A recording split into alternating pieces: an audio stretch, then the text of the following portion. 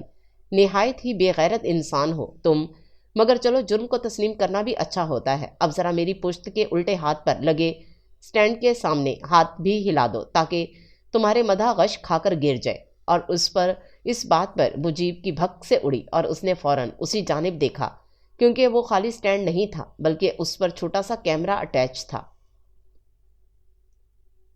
اس کا پیچ و تاب مزید بڑھ گیا۔ میں تمہیں چھوڑوں گا نہیں۔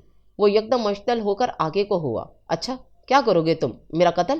مگر وہ تم نہیں کر سکتے، کیونکہ نہ تو تم کوئی امیر زادے ہو، نہ کوئی تمہیں بچائے گا۔ اپنے خلاف ثبوت تم خود فراہم کر رہے ہو۔ اگر میں قبر میں اتروں گا تو تم بھی سلاخوں کے پیچھے ہی ملو گے۔ ہتک آمیز لہجے میں بولتا وہ ایک لمحے کے لیے مسکرایا، پھر اپنی کرسی سے کھڑا ہوا۔ مجیب کمال صاحب، میرا دیا گیا سبق اپنے دماغ میں بٹھا لینا۔ زینا بطول فقط صرف اون اسحاق کی ہے، تم سے یا تمہارے گھٹیا خاندان سے اس کا کوئی لینا دینا نہیں ہے۔ اپنے الفاظ دہرانے کا عادی نہیں ہوں میں۔ جھک کر اسے دھمکی سے نوازتا سیدھا ہوا۔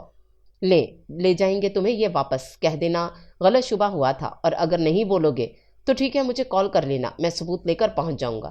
بھرپور انداز میں مسکرایا، پھر ایک آخری نگاہ اس کے چہرے پر ڈالی اور نکلتے ہوئے ایک دم پھر سے مڑا۔ اور ہاں، اپنی والدہ محترمہ کو بول دینا کہ وہ جو زمین کا ٹکڑا تھا اس پر اپنا مقبرہ بنا لے، کیونکہ میری بیوی کو اس بھیک کی ضرورت نہیں ہے، میں خود اسے سب کچھ دے دوں گا۔ کچن میں امی کے پاس کاؤنٹر پر بیٹھا گاجر کو تر رہا تھا۔ آفس سے آنے کے بعد کپڑے بدل کر وہ سیدھا یہیں آیا تھا۔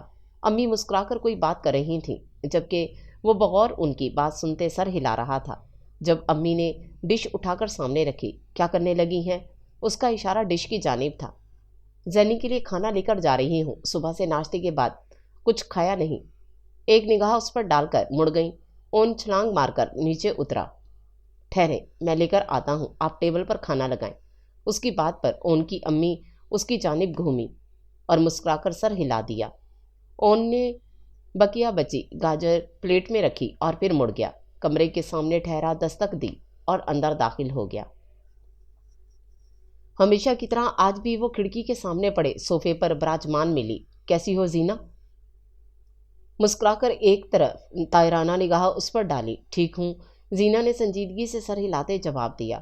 میں حویلی گیا تھا پچھلے دنوں اور تمہارے سارے کاغذات کا مطالبہ کر کے آیا ہوں۔ انہوں نے بولا ہے کہ وہ سب بھجوا دیں گے۔ تمہیں اس لیے بتا رہا ہوں کہ مجھے پروجیکٹ کے سلسلے میں اسلام آباد جانا ہے۔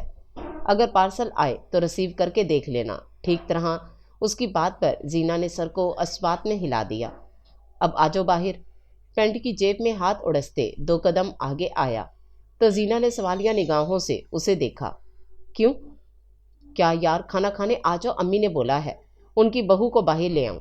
مسکراہٹ ضبط کرتے متین سے لفظ بہو پر زیادہ زور دیا تو زینہ نے حیرت سے اسے دیکھا۔ یار آجو، زینہ بطول، بہت بھوک لگ رہی ہے۔ اس کو اسی پوزیشن میں بیٹھے دیکھ منہ بسوڑتے مڑ گیا تو زینہ نے گہرا سانس بھرا اور ٹانگیں نیچے لٹکا کر پیروں میں چپل اڑسی، پھر دوپٹہ ٹھیک کرتی کمرے سے باہر نکل آئی۔ اون کی امی کھانا ٹیبل پر لگا کر خود اپنی کرسی سنبھال چکی تھیں۔ ان دونوں کو آگے پیچھے آتے دیکھ دل سے مسکرائیں۔ اون نے ٹیبل کے سامنے رک کر امی کے عین سامنے والی کرسی کھینچی، پھر اپنی سربراہی کرسی پر بیٹھ گیا۔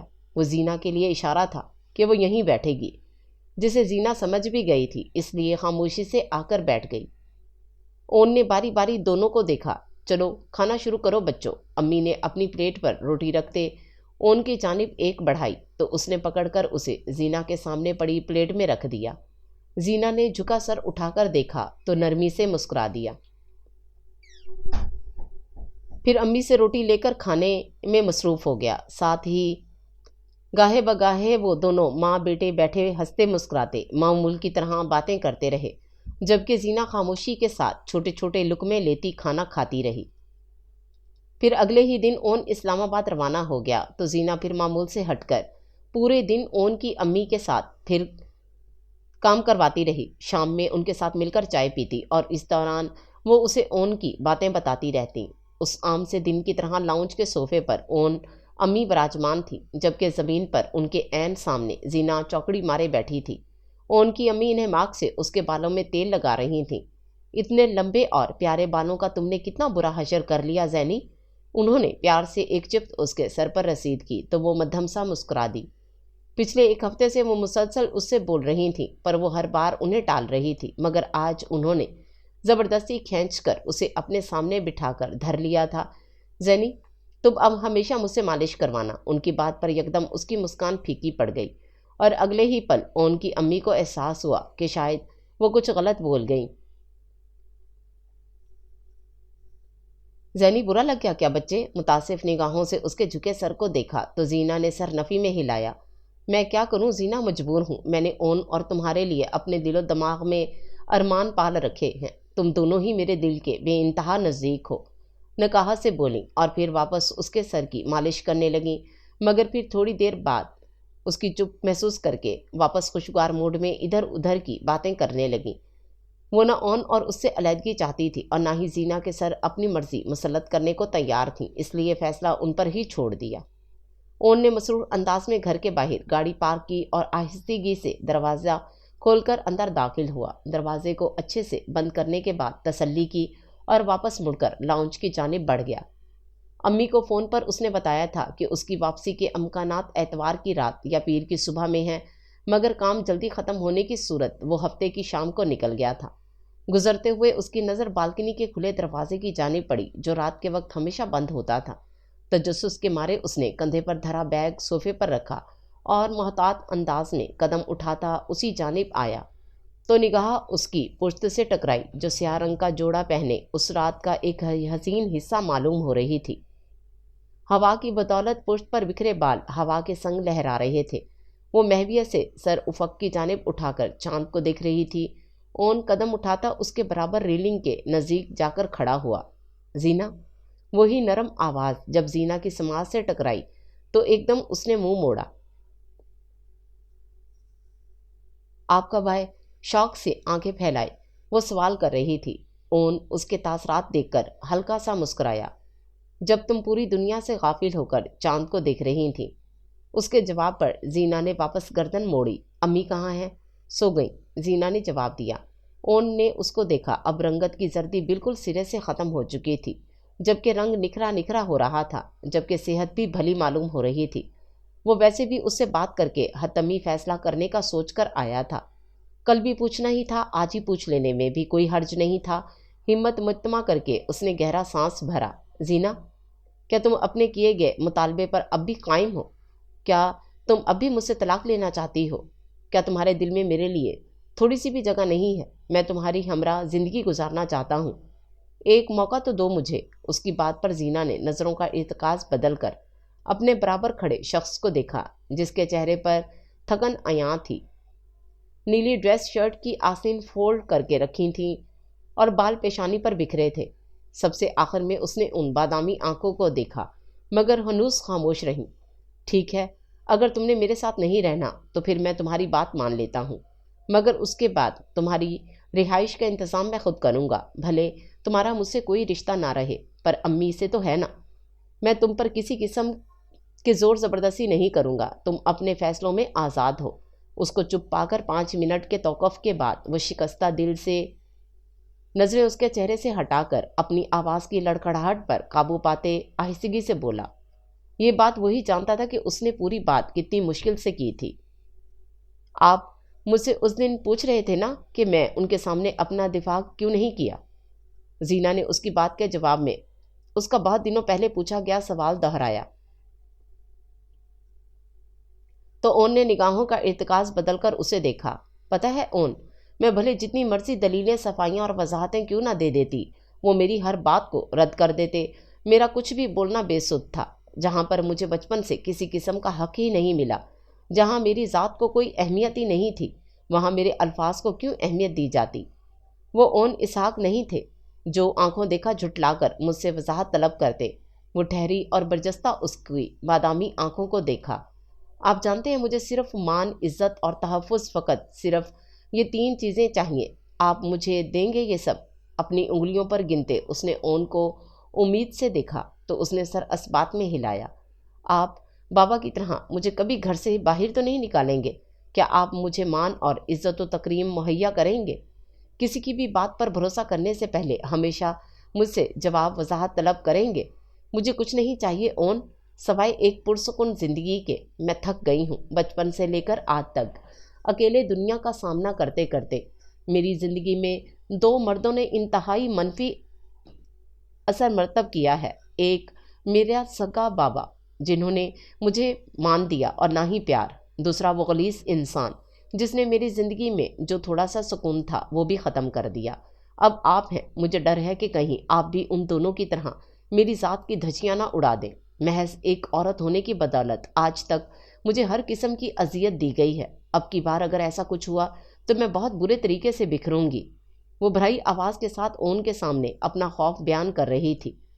وہ تھک گئی تھی، اپنے دل و دماغ میں چلتے تضاد سے وہ بھی سکون چاہتی تھی، ایک اچھی زندگی، ایک مکمل فیملی جہاں اسے اپنائیت، عزت اور محبت کا احساس ہوتا۔ اون نے اس کی نم آنکھیں اور کرب سے بھرے چہرے کو دیکھا اور پھر 2 قدم اس کے نزدیک ہوا۔ زینا، میرا خدا گواہ ہے، اپنی امی کے بعد تم وہ واحد عورت ہو جس کا مقام میرے دل میں بہت معتبر ہے۔ اگر مجھے تم سے کوئی بھی مسئلہ ہوتا تو میں تمہیں اسی دن وہاں چھوڑ آتا، ورنہ جب تم نے مجھ سے علیحدگی کا مطالبہ کیا تھا تو کھڑے کھڑے 3 بول بول کر ہاتھ پکڑ کر نکال دیتا، مگر میں تمہیں اول روز سے ہی اپنے ساتھ رکھنا چاہتا ہوں، اپنے قریب۔ تم ایک بار بھروسے سے اور اعتماد سے میرا ہاتھ تھام کر دیکھو، تم کبھی نہیں پچھتاؤ گی۔ تم ہمارے بیچ میں درار ڈال کر فاصلہ بڑھا رہی ہو۔ میں یہ تو نہیں کہتا کہ مجھے تم سے کوئی جلالی قسم کی محبت لاحق ہے، مگر ہاں، تمہارے لیے میرے دل میں ایک خاص مقام ہے، احترام ہے، عزت ہے، اور جانتی ہو میری نظر میں احترام محبت کی پہلی سیڑھی ہے۔ جہاں دو لوگ ایک دوسرے کے ساتھ پرخلوص ہوں وہاں محبت پیدا ہو جاتی ہے۔ تم میری ملکیت ہو، میری زندگی کی ملکہ۔ ٹھہرے ہوئے لہجے میں محبت پاش نگاہوں اس کے چہرے پر مرکوز کیے وہ اسے اپنے جذبات بتا رہا تھا۔ زینا نے اس کے سحر زدہ بادامی آنکھوں کو دیکھا جن میں نرم گرم سا تاثر تھا۔ اس کے اپنے دل نے ایک موقع دینے کے لیے اقرار کیا۔ ایک آنسو پلکوں سے جدا ہو کر اس کے رخسار پر گرا تو اون نے اپنا ہاتھ سے اسے صاف کیا، پھر جھکا اور باری باری اس کی آنکھوں کو نرمی اور عقیدت سے چوما۔ زینا، تمہیں پتہ ہے تمہاری یہ سیاہ آنکھیں کتنی حسین ہیں؟ ہر بار جب میں ان میں گلی نمی دیکھتا ہوں تو مجھے اذیت ہوتی ہے۔ کم رویا کرو یار۔ وہ صدقے دل سے اس کے سامنے کھڑا آج ساری باتیں اسے بتا رہا تھا۔ زینا نے جھکی نگاہیں اٹھا کر اسے دیکھا اور انابی ہونٹ مسکراہٹ میں ڈھل گئے، جس پر اون بھی دل سے مسکرا دیا۔ زینا نے ایک قدم آگے بڑھایا اور فاصلہ سمیٹتے اس کے دل کے مقام پر اپنا سر رکھ دیا۔ آج سے 1 مہینہ قبل وہ اس کے ساتھ سہم کر لگی تھی۔ اس وقت رات کے اس اندھیرے میں اسے اون کسی فرشتے سے کم نہیں لگا تھا۔ پھر وہ اس کا محرم تھا اور لاشعوری طور پر وہ اس سے تحفظ کی طلبگار تھی، اور آج کی رات وہ اس کے سینے سے اپنے پورے ہوش و حواس میں لگی تھی، کیونکہ اب وہی ایک شخص تھا جو اس کا مان رکھنا جانتا تھا، وہ سہارا دینا جانتا تھا۔ اون نے مسکرا کر اسے اپنے بازوؤں کا حصار میں لیا۔ پچھلی بار وہ تشویش میں گھرا تھا اور آج وہ اس کو تحفظ کا احساس دلا رہا تھا۔ زینا بطول، یہ اون کا تم سے وعدہ ہے کہ آخری دم تک تمہارا ساتھ دے گا۔ اس کے سر پر تھوڑی ٹکائے بشاشت سے بولا۔ لگجے اندھیرے میں کمکم و سنہری رات، کھلے آسمان تلے وہ ایک دوسرے کے انتہائی قریب کھڑے ایک دوسرے کی دھڑکنوں کو سن سکتے تھے۔ وہ اون اسحاق اسی معاشرے کا ایک مرد جس نے دستور العمل توڑ کر زینا بطول کو اس کی سولی پر چڑھنے سے بچا لیا تھا، کیونکہ وہ مان، تحفظ اور عزت دینا جانتا تھا۔ اس نے نسوانی انا کو مجروح ہونے سے بچا لیا تھا۔ لوگ عورت کو فقط جسم سمجھ لیتے ہیں، روح بھی ہوتی ہے اس میں، یہ کہاں سوچتے ہیں۔ عورت کیا روح کیا ہوتی ہے اس سے انہیں مطلب ہی نہیں، وہ تو بس تن کے تقاضوں کا کہا مانتے ہیں۔ روح مر جائے تو ہر جسم ہی جلتی ہوئی لاش، اس حقیقت کو سمجھتے ہی نہیں، پہچانتے ہیں۔ کئی صدیوں سے یہ وحشت کا چلن جاری ہے، کئی صدیوں سے ہے قائم یہ گناہوں کا رواج۔ لوگ عورت کی ہر ایک چیخ کو نغمہ سمجھیں، وہ قبیلوں کا زمانہ ہو کہ شہروں کا سماج، جبر سے نسل بڑھے، ظلم سے تن میل کرے، یہ عمل ہم میں ہے، بے علم پرندوں میں نہیں۔ ہم جو انسانوں کی تہذیب لیے پھرتے ہیں، ہم سا وحشی کوئی جنگل کے درندوں میں نہیں۔ ساحر لدھیانوی۔